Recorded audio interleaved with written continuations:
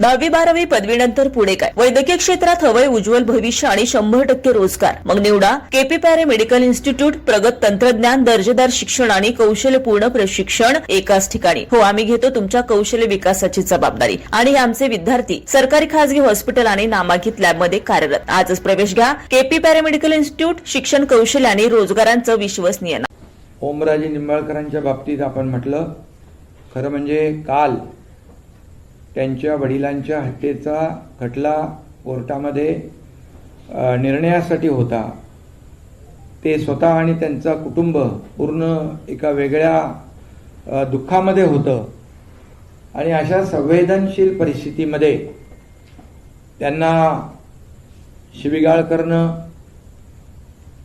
आणि आरोप प्रत्यारोप करणं,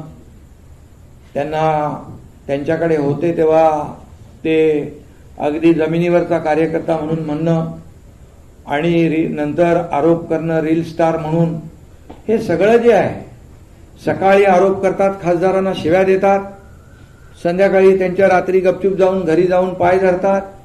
हा खरं म्हणजे एक केमिकल लोचा आहे. आणि मी आपल्याला सांगू इच्छितो की जे काही आता चर्चा सुरू आहे ह्या सगळ्या झूट आहेत. तुम्हाला थोडं थांबा, ब्रेकिंग न्यूज मिळेल. ऑपरेशन यशस्वी